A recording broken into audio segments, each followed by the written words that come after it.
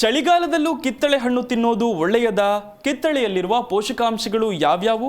ಈ ಹಣ್ಣಿನ ಸೇವನೆಯ ಪ್ರಯೋಜನಗಳೇನು? ಬನ್ನಿ ತಿಳಿಯೋಣ. ಚಳಿಗಾಲದಲ್ಲೂ ಕಿತ್ತಳೆ ಹಣ್ಣು ತಿನ್ನುವುದು ಒಳ್ಳೆಯದಾ? ಕಿತ್ತಳೆಯಲ್ಲಿರುವ ಪೋಷಕಾಂಶಗಳು ಯಾವ್ಯಾವು ಗೊತ್ತಾ? ಚಳಿಗಾಲ ಆರಂಭವಾಗಿ ತಿಂಗಳುಗಳೇ ಕಳೆಯುತ್ತಿವೆ. ಬೆಳಗ್ಗೆ ಎದ್ದೇಳಬೇಕು ಅಂದ್ರೆ ಇನ್ನೊಂದು ಗಂಟೆ ಮಲಗಿದ್ರೆ ಚೆನ್ನಾಗಿರುತ್ತೆ ಅನ್ಸುತ್ತೆ. ಇಂತಹ ಮಹಾ ಚಳಿಯಲ್ಲಿ ಏನೇನು ತಿನ್ನಬೇಕು ಅಂತ ಆರೋಗ್ಯದ ಕಡೆನೂ ಸ್ವಲ್ಪ ಗಮನ ಕೊಡಬೇಕು.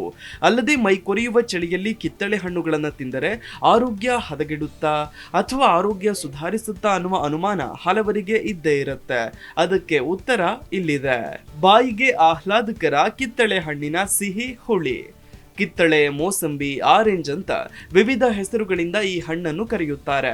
ಇದರಲ್ಲಿರುವ ವಿಟಮಿನ್ ಸಿ, ಪೊಟ್ಯಾಷಿಯಂ, ಕಾರ್ಬೋಹೈಡ್ರೇಟ್ಸ್, ಕ್ಯಾಲೋರಿಗಳು, ಮೆಗ್ನೀಷಿಯಂ ಸೇರಿ ಇನ್ನೂ ಕೆಲ ಪೋಷಕಾಂಶಗಳಿವೆ. ಒಂದು ಲೋಟ ಇದರ ಜ್ಯೂಸ್ ಕುಡಿದ್ರೆ ಈ ಎಲ್ಲ ಪೋಷಕಾಂಶಗಳು ದೇಹಕ್ಕೆ ಸಿಗ್ತವೆ. ಅದರಲ್ಲೂ ಜ್ಯೂಸ್ಗಿಂತ ಹಣ್ಣನ್ನೇ ತಿಂದ್ರೆ ಒಳ್ಳೆಯದು. ಕಿತ್ತಳೆ ಹಣ್ಣಿನ ಸಿಹಿ ಹುಳಿ ಮಿಶ್ರಣ ಬಾಯಿಗೆ ಆಹ್ಲಾದಕರ ಆಗಿರುತ್ತೆ. ಚಳಿಗಾಲದಲ್ಲಿ ಈ ಹಣ್ಣನ್ನ ನಿಯಮಿತವಾಗಿ ತಿನ್ನಬೇಕು, ಆದ್ರೆ ಅಧಿಕವಾಗಿ ಅಲ್ಲ. ಚಳಿಗಾಲದಲ್ಲಿ ಕಿತ್ತಳೆ ಹಣ್ಣುಗಳನ್ನು ತಿನ್ನುವುದರಿಂದ ಕೀಲು ನೋವು ಮಾಯವಾಗುತ್ತೆ. ಕೀಲು ನೋವು ಕಡಿಮೆಯಾಗುವುದರಿಂದ ದೇಹ ಆರಾಮಾಗಿ ಇರುತ್ತೆ.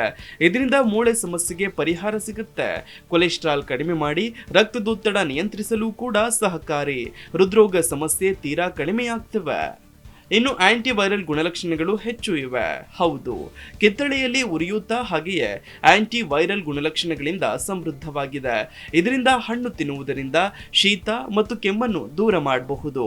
ಆದರೆ ನಿಯಮಿತವಾಗಿ ತಿನ್ನಬೇಕು. ಚರ್ಮದ ಹೊಳಪನ್ನು ಹೆಚ್ಚಿಸುವುದಲ್ಲದೆ ಚರ್ಮವನ್ನು ಆರೋಗ್ಯವಾಗಿಡುತ್ತೆ. ಚಳಿಗಾಲದಲ್ಲಿ ಈ ಹಣ್ಣು ತಿನ್ನುವುದರಿಂದ ಆರೋಗ್ಯಕ್ಕೆ ಒಳ್ಳೆಯದೇ ಆಗುತ್ತೆ.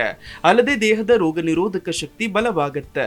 ವಿಟಮಿನ್ ಸಿ ಇರೋದ್ರಿಂದ ರೋಗ ನಿರೋಧಕ ಶಕ್ತಿಯನ್ನು ಹೆಚ್ಚಿಸಲು ಸಹಾಯಕ.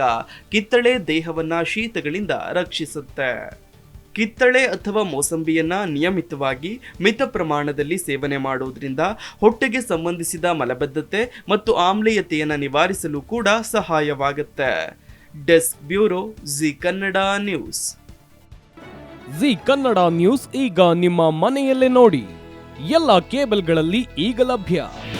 ನಿಮ್ಮ ನೆಚ್ಚಿನ ಜಿ ಕನ್ನಡ ನ್ಯೂಸ್ ಈಗ ಸನ್ ಡೈರೆಕ್ಟ್ ನಲ್ಲಿ number 292, Tata play number 1664, Jio TV number 1334, NXT digital number 30, in cable number 30, city networks 51, U digital number 162, GTPL number 17, Rockline telecommunications number 42, Shri Basaveshwara cable number 168, rural cable network 60, Vinayaka digital 57, Abhishek cable 821, city channel 53, Siddeshwara cable network 57, ವಿ4 digital infotech 628, Surya digital networks 53, Gajanan digital number 836, Malnad infotech private limited number